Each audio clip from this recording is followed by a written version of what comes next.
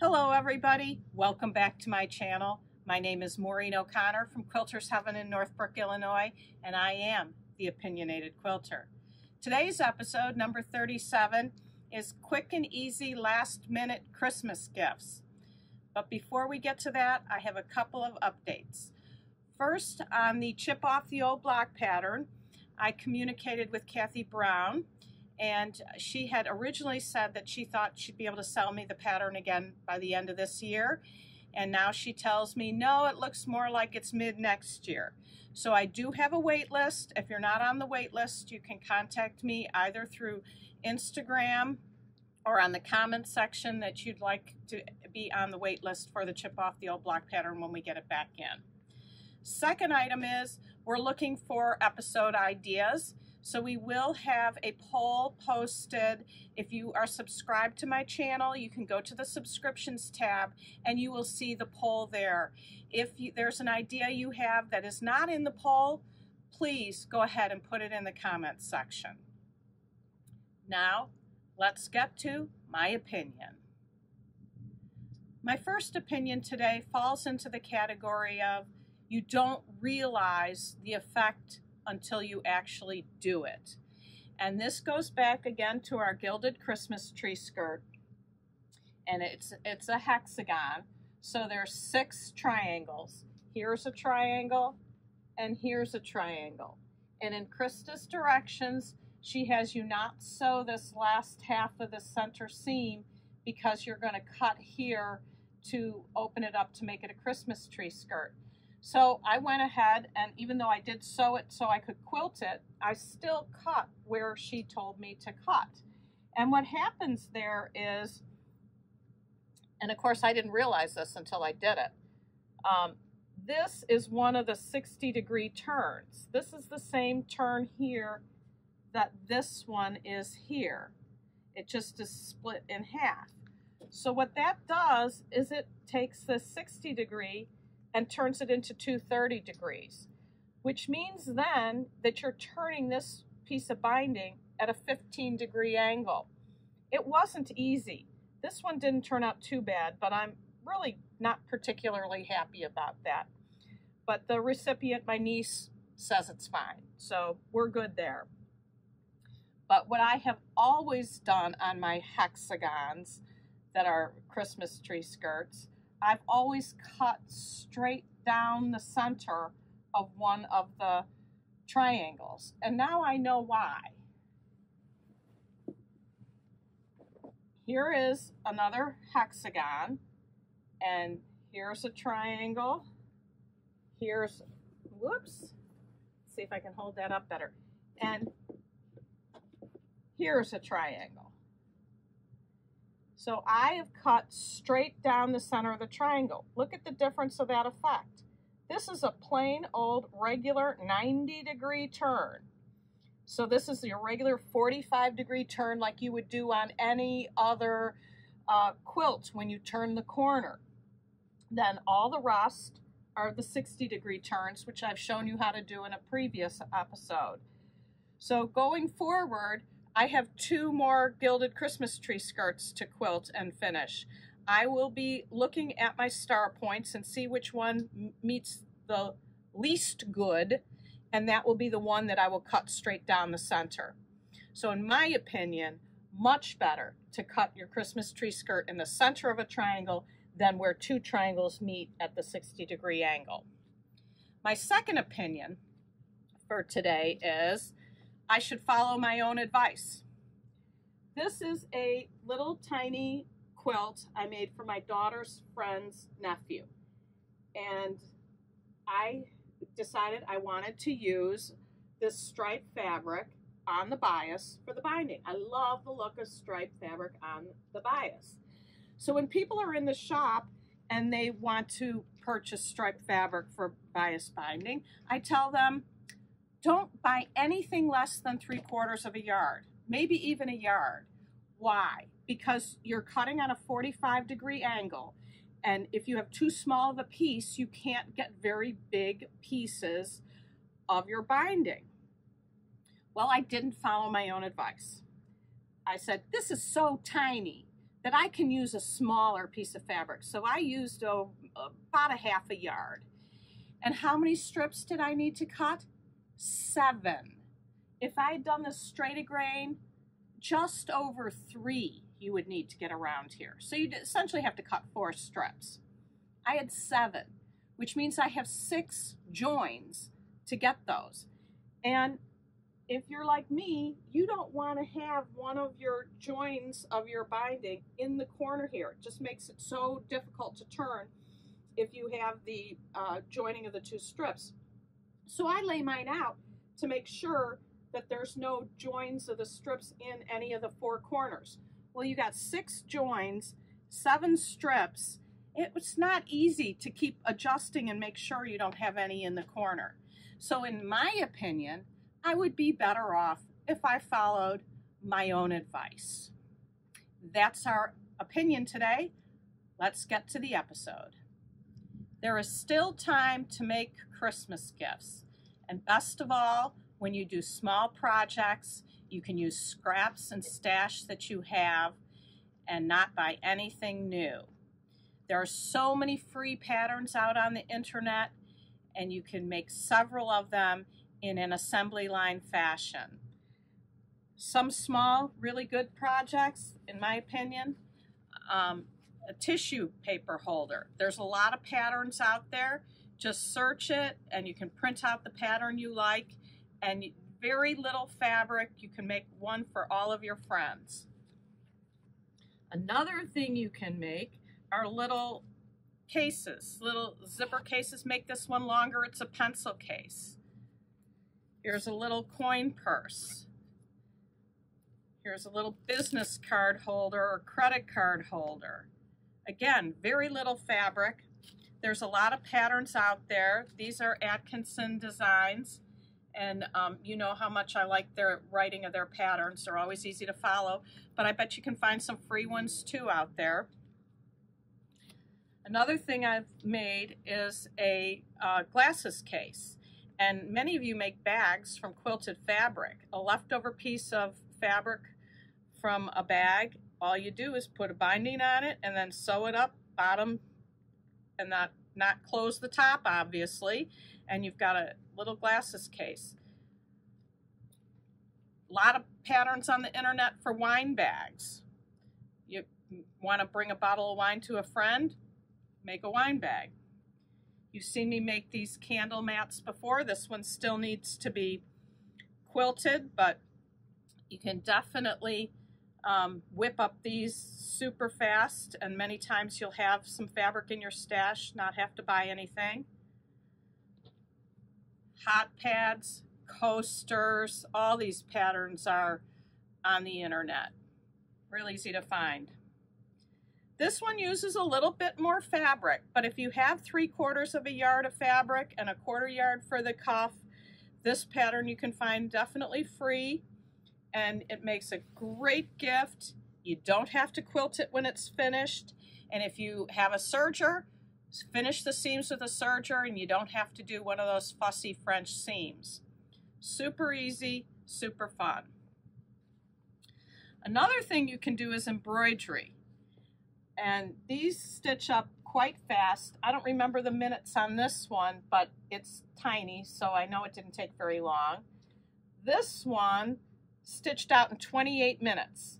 So you buy onesies from Target, and you can whip these up if you have baby gifts to give, or if you have a party to go to and you want a hostess gift, you can embroider on towels. These don't take long at all, and they're very, very easy.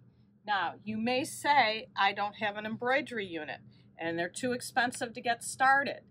Well, if you have a Bernina 5 or 7 series, the 7 series came out with a new embroidery module a year ago. The 5 series has come out within the last several months. And so people are turning in their old embroidery modules for new embroidery modules.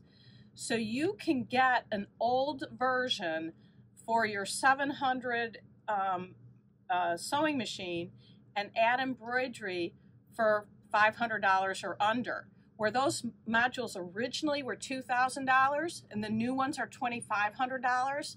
So you can enter the world of embroidery at a very reasonable price today. Check it out with your Bernina dealer. Lastly, I want to go over foundation paper piecing, because I love making hot pads and trivets, and a lot of the patterns are foundation paper pieced. We talked before about foundation paper piecing, and it's a little counterintuitive, so I want to get a little bit deeper into it so you can see how fast and easy it is to make gifts using this technique. Here are two hot pads / trivets that I've made, and these are both from Mary Hertel's Sew Yourself a Merry Christmas book. Here's a hot pad that Carol, my employee, made just between customers on Friday and Saturday, and this pattern was from a free online tree pattern, and she just did simple quilting. She even bound this. These are the ones where you could just leave excess on the back and fold it up to the front and even make it easier. But you could make a bunch of these for Christmas, and they turn out so cute. But because foundation paper piecing, like I mentioned, is a little counterintuitive, I want to go through the steps with you. This is what I started with, and this is a great first foundation paper pieced pattern because it's very simple. It doesn't have any real extreme shapes, and there's not too many pieces. But obviously this isn't big enough for a trivet / hot pad, so I had to enlarge the pattern. And this pattern I didn't mention is from Carol Doak's Easy Paper Pieced Keepsake Quilts. And she's got a whole bunch of different patterns in here that you could use. But I picked a super simple one. So now, in foundation paper piecing, you sew on the printed side on the lines, and your fabric goes on the back. So here's a printed out pattern, and I picked this brown for the trunk. And I didn't mention, you should be able to just go to your stash scraps, pull out all the fabric that could be possibilities, and just use scraps up. It always feels good to use stuff you have instead of buying something new. So your first piece in foundation paper piecing goes face up. And remember I said you put the fabric on the back and sew on the front. So your first piece goes face up, and it must cover your piece. So you can see, well, you probably can't see on the camera. That's why I use vellum for if I'm actually really doing foundation paper piecing. I'm using this regular copy paper for demonstration purposes. And then you take piece number 2, which if you look at the front, piece number 2 is here. So this is where I'm going to sew. You take piece number 2 and you lay it face down on top of piece number 1. Then you go to the sewing machine and you sew on the line from there to there. Now, if you have a tie-off function on your sewing machine, you may wish to turn that off, because if it ties off and you've got a very tiny stitch, because you do want to decrease the size of your stitch so that you can take the paper off easier, if you make a mistake, it's hard to rip. So now you've sewn this piece. So the first thing you do is fold this back, and I just used a little Bernina brochure. People use business cards, people use index cards. There's an add a quarter ruler you can use. But you just fold it back, put a 1/4 inch mark onto here, cut it off, and this will go into the dog bed pile. And now you're going to want to add your next piece And you can either finger press this or go to the sewing machine. Go to the ironing board and press it. But now, because I want to know where my next piece is going to line up, I'm going to fold this one back, put my 1/4 inch mark on here. And this is less important for these real straight ones, but when we get to the triangles up above, you really want to put your triangle at the correct angle. We'll get to that. So now I know where this piece is going to go once I can determine the right and wrong side. So it's going to go face down here. And this is where it gets a little confusing for people, because you know it wants to cover this portion, but it has to be sewn this way so that after it's sewn it comes back and comes out that way. So you go to the machine and sew from here to here. Now you do the same process on this next piece. So you have these 3 pieces on here. You folded this back and trimmed this to 1/4 so that when you take your strip of green, you line it up here. Here's where it's going to cover. You sew, press, it's covered. So now it's time to add the triangles. And this is an important step because you don't want to have a huge piece of fabric and sew it on in the wrong place and then fold it over and see it doesn't cover part of the fabric. So just as we did on the straight edges, you fold this back, put your 1/4 inch on, cut it off. Now you know exactly where your triangle goes. Again, once you can determine the right and wrong side. So you're going to lay your triangle there.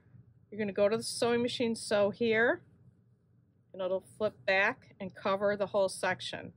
Now, one thing I neglected to mention here in the triangles is you want to rough cut your pieces to the correct shape. Like, for instance, these pieces here, I just did strips that were definitely wide enough. Here I took squares that were big enough and then cut in half. On more complicated patterns, I actually make a template for the pattern,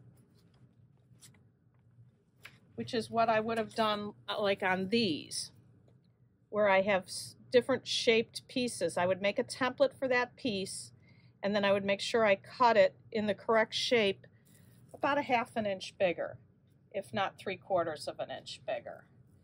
But for these are so simple shapes, and that's why this is an excellent pattern to use as your first one. So like I said, I'm going to put that on, I'm going to go to the sewing machine, sew that. You're going to do the same thing on the other side, where you fold this back, put your 1/4 inch mark on it, go ahead and slice it off, dog bed pile. Now you know exactly where the triangle goes on the other side. So you can do these one at a time, or you can do them both at the same time. Go to the sewing machine, sew, flip over, press. And then the same thing that we've done before, you'd fold this back, except I have it upside down. You'd fold this back, trim this to 1/4, and then you'd be ready for this next strip. So you're just following along in the order that the pattern tells you. We started with 1, 2, and 3. 4 was the first green strip. Triangles are here. Now we're going to do this strip and this strip, and they're just done in the exact same fashion.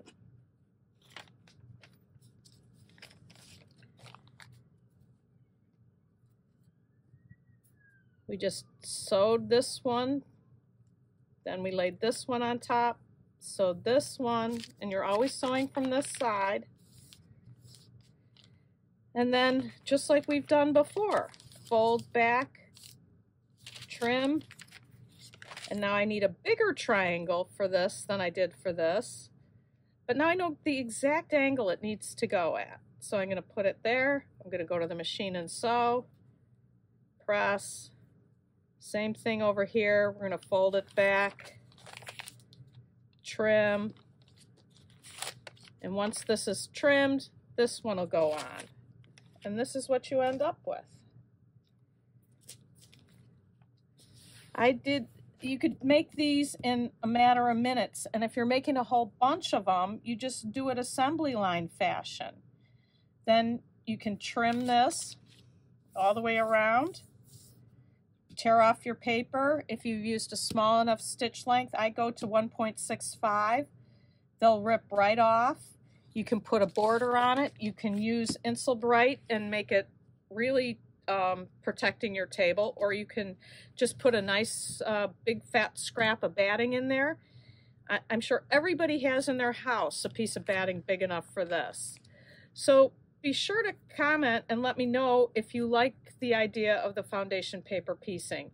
Once you get the technique down, you can use it for much more complicated patterns. But this would be a great one to practice on, and you can make a pile of Christmas gifts with plenty of time to spare. So if you liked today's episode, please like, share, and subscribe. And until next time, happy quilting.